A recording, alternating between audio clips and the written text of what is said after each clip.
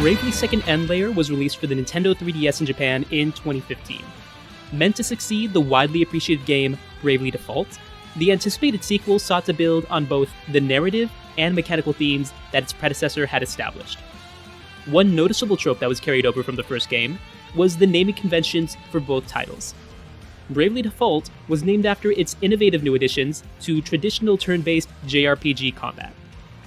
The Brave Action, which allowed characters to attack multiple times in a single turn, at the cost of giving up future chances to fight back. And the Default Action, which allowed a character to guard and ultimately conduct more brave attacks later in a battle. Similarly, Bravely Second was also named after a combat mechanic that sought to breathe new life into the traditional Final Fantasy genre. Bravely Second! In combat, Bravely Second is an ability that allows any character to halt the passage of time in a battle to deal an unanticipated and unbounded attack on any opponent. Whereas regular battles see damage capped at 9,999, an attack made under Bravely Second has no such restriction, and has the capacity to deal over 100 times as much damage. However, unlike its predecessor, Bravely Second's title carries another significance outside of gameplay mechanics, one that becomes a narrative motif throughout the game's story. We meet at last. Peace, harmony, order? I deny your world and everything in it. Stand down, Your Holiness! Unacceptable! After untold years of strife and suffering, the Crystal Orthodoxy and the Duchy of Eternia have finally achieved our dream of peace. I will not allow anyone to stand in our way. Aren't we feisty, Pope Agnes? But, you see, we had a dream of our own. To call upon the realm's two greatest powers on this, the day of your greatest triumph, and crush you both in one satisfying swoop! A declaration of war? So be it. The Grand Marshal of Eternia will strike you down where you stand. Alternus, to my side! The game begins with an immediate boss battle with the game's prime antagonist, Kaiser Oblivion. As the story progresses, we learn that Oblivion's drive to fight against our protagonists comes from two facets of his personality: his sense of righteousness, which seeds disgust for the wickedness of men, and his grand disillusionment with the state of the world and its history. He thinks himself as one who has gazed upon the actions of men across time, weighed the world of its sins and virtues, and has ultimately found it all wanting. Confident in both his judgment and cause, Oblivion seeks to change the world by traveling back in time to right what he has seen as wrong. Meanwhile, in this same introductory battle, we're met with a team of 4 warriors. 3 of them are characters from the previous game, Bravely Default. But the 4th one is a new face to the series, and one of the 4 central heroes to Bravely Second, Geneolgia. He's a humble and sweet-spirited boy with a few character quirks that ultimately make him a charming photocopy of the nice guy hero trope. His name, like the name of many of the game's characters, is also meant to have its own meaning as a homophonic play on the word you, seeking to tease the relationship the young hero will have with the player throughout the game. I bring up this first fight not for the sake of going over every event of the game, but rather to talk about the themes and ideas that the game seeks to establish right off the bat. The character gets the chance to use you to try and land a hit on Oblivion, but it's just as futile as every other attack so far. And so following this scripted fight, the team loses, disbands, and you is left to find his own means of stopping Oblivion's plot. In his efforts, he forms a new team with the other 3 heroes of the game. Edea, a captain seeking to rebuild her country following the events of Bravely Default. Magnolia Arch, a mysterious beast hunter hailing from the moon. And Tiz Arrior, the previous game's prime protagonist. After several chapters, the 4 heroes chase after Oblivion until they finally make it to his fortress in the sky. As they fought their way to Oblivion's door, our central hero, Yu, makes a comment on how they've wrought just as much bloodshed and pain as they had initially hoped to prevent. Their mistakes and failures have led to the death of both allies and adversaries. And all this has left Yu to ponder his guilt or innocence in all that's become of the world so far. Concerned for Yu's hope in their cause, the beast hunter Magnolia seeks to comfort the young knight with a saying from her culture on the moon. Like we say on the moon, bravely second. What? Come again? It's a literal translation of an old moon saying. You could say it means the courage to try again. If you fail the first time, summon up your courage and give it one more shot. There's no such thing as wasted effort. This comment from Magnolia solidifies one of the central themes that the game has sought to explore since its introductory battle with the Kaiser at the start of the game. The idea of trying again. Following this, the team enters the Kaiser's throne room, only to find him seconds before leaping off to travel through time in an effort to fulfill his vision of changing the world. The team is left to battle Oblivion's fairy vassal, who, before falling to defeat, seeks to leave the world in a permanent state of despair by vanquishing the moon. When the moon is gone, the world transforms in a very dystopian fairy tale style. The colors take on muted tones, the clouds haunt the skies with ominous stagnation, and the player comes to realize the emptiness of their newly transformed world through the absence of music and the undeniable sounds of mundanity. The echoes of footsteps, the creaking of doors, the empty bellows of wind that no longer blows. It's an eerie husk of the world you've explored these past 4 chapters, and it's made even more dystopian as the player realizes that most every character senses the inescapable dread with this new state of their moonless world. A world that's run out of time. The people are in panic, the world cannot move, and even the fauna that inhabited every inch of the land has run away. Knowing that there are far more dangerous beasts that roam this world now.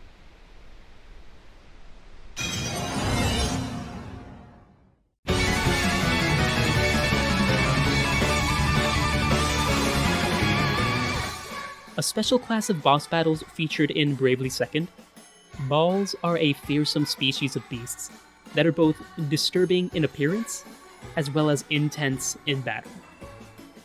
First introduced as a mythical and almost godly set of creatures within the early chapters of the game, the mystery and enigmatic significance of the Baals compounds with almost every aspect of their battles. From the odd shadow puppet scenery and surreal music that sets the stage of each fight, to the macabre fusion of plastic jewels and skeletal features with many of the creature's forms, to the vague titles for each attack that seem to whisper the hint of a lost poem behind where each beast originates from. In most every way, the Baals that overtake the world are meant to instill far more than the intimidating feeling of despair that came with every treacherous encounter, but also the vaguest sense of familiarity between the player and the beasts, eliciting the memory of a church ceremony or a wedding, bringing back the thought of nighttime festival lights. What are these beasts? And why do they resemble some of the fondest memories that a person may hold in their lifetime? I'm getting ahead of myself by sharing this, but it's not until the final chapter of Bravely Second, after discovering a way out of the moonless world, that the player learns the mysterious origin of these decadent monsters. It's revealed that each Baal, with their motivic scenery, their plastic aesthetics, and their ominous attack names, is in fact the haunting manifestation of what I can only describe as an angel's memories of her life on Earth.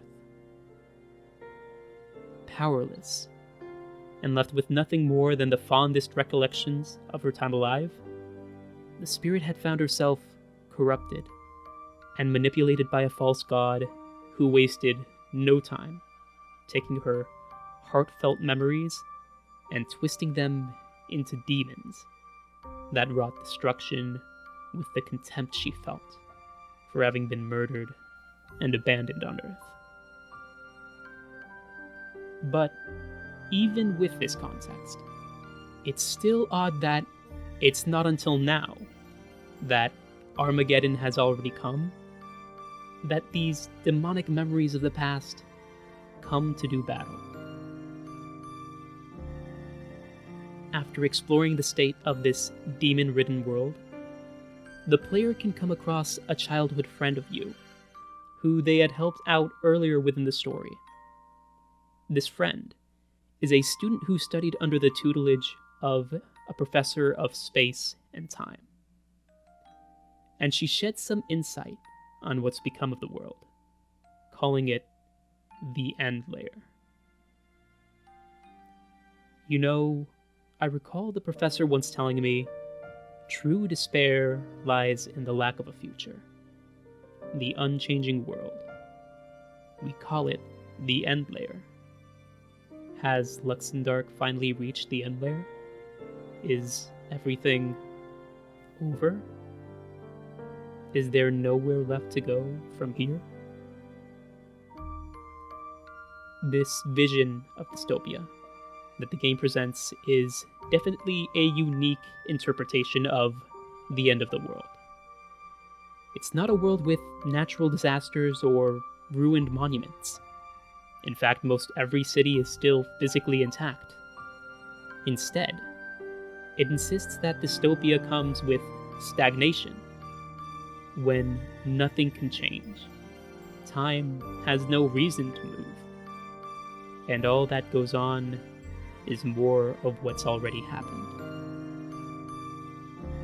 Keeping with the game's narrative parallels between its plot and its game features, the player can no longer record the new findings of this state of the world, and so the game just becomes a monotony of battles with no real goal. It emphasizes the world has ended when there's no longer any chance to change and grow from who you were before. Even the balls that now terrorize the world contribute to this idea that the world has come to an end when we can no longer grow and change. In The Art of Bravely Second End Layer, we find evidence of this idea, as it sheds even more light on the designs behind every ball. Many of the artists built physical sculptures of each beast to test their capacity to be both ferocious and unsettling. Each ball was given a code name before their official name was decided, and many of the names referred to them as more like mementos rather than actual creatures, with names such as Wedding, Summer Vacation, Winter Sports, and Umbrella. And many of the captions from the artists describe the mood they sought to convey with their creatures, such as, "It gazes out of its small fish tank.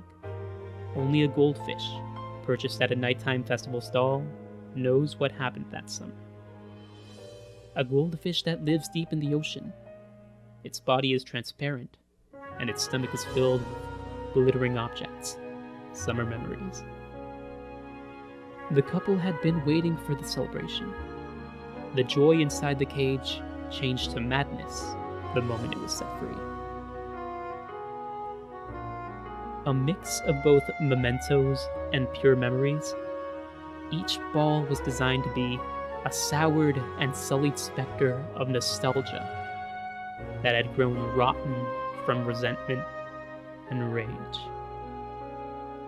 In this sense, I feel that the balls remind the player of the dangers of only longing for the past and being close-mindedly nostalgic for days long gone.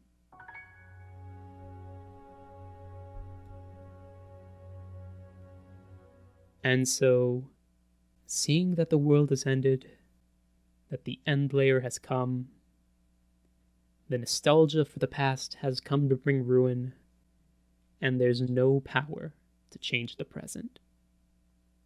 The player is left to ask themselves, how do I get out of this? As the player scavenges the world, many villagers and NPCs will remind them of Magnolia's faithful phrase, bravely second, the courage to try again.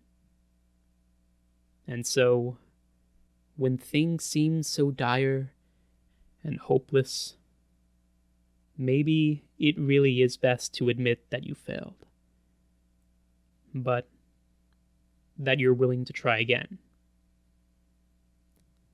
Stepping away from the fact that, in the grand scheme of things, this is just a game. Bravely Second makes a powerful point with the courage to try again. I, as well as many of my friends, have had to start over many times in our lives, and we're likely going to have to start over again somewhere and sometime in the future. And it can feel so humiliating at times, or so crushing to have to do that. But believe me when I say that it takes tremendous strength and genuine courage to accept those past mistakes and say to yourself, I'm going to try my best to be better. I'm not going to stay where I am now. I want to change. And so, the player leaves this world they've left in the end layer and starts a new game. And just like before, the players met with the same battle they had with Kaiser Oblivion from the very beginning. The same monologues, the same displays of futility, and the same chance to try and land a hit on the man. But like I mentioned before, the phrase bravely second isn't just an inspirational quote from the end layer, and it's not just the title of the game. It's also a game mechanic available to the player. And if they activate it during this one chance they have to land a blow on the man who brought the world to stagnation, well... Bravely second!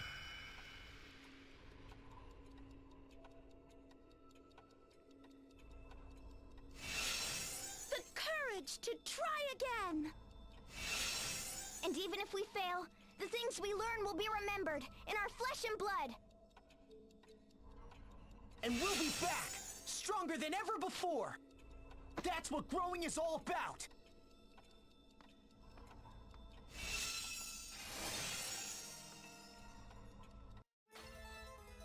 We meet again, Kaiser. And this time, we're not gonna let you get away. You, who would deny the past and present, have no right to shape the future. The future will be forged by those who accept the world they live in and still fight for change. This is our coup de gravy! Seeing this happen for the first time brought nothing more than a smile to my face.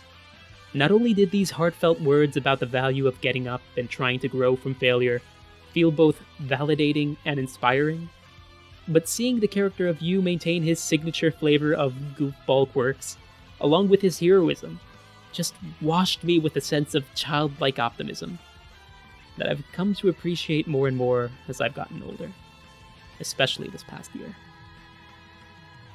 And so this is how the player is meant to escape the cycle of falling into the end layer, by taking the phrase bravely second to heart in a bit more of a literal sense than they may have initially guessed. And from here, the game goes on. Bravely Second is by no means a perfect game. A lot of the fans of the Bravely series found it to be a disappointing follow-up to its predecessor, Bravely Default. And in all honesty, the game recycles so many assets and it doesn't innovate enough to make it feel like anything more than a modded update to Bravely Default. But despite all of that, the way the game portrays the metaphor of being doomed by being lost in nostalgia and stagnation, the way it upholds the importance of learning from failure, and the way it acknowledges the strength it takes to try again for the sake of self-improvement, it all makes it feel much more meaningful and valuable as a game than the previous title, Bravely Default, ever did. It's a game that genuinely fills me with a belief in something, and that something always changes as time goes by, and I decide to pick up the game again. Overall, I really appreciate the game, and I know it's something I'll find myself coming back to every few years or so. And for anybody who has the game or can access it, I'd recommend the same, since it's always a nice reminder that you're never going to be in a place where you can't change for the better.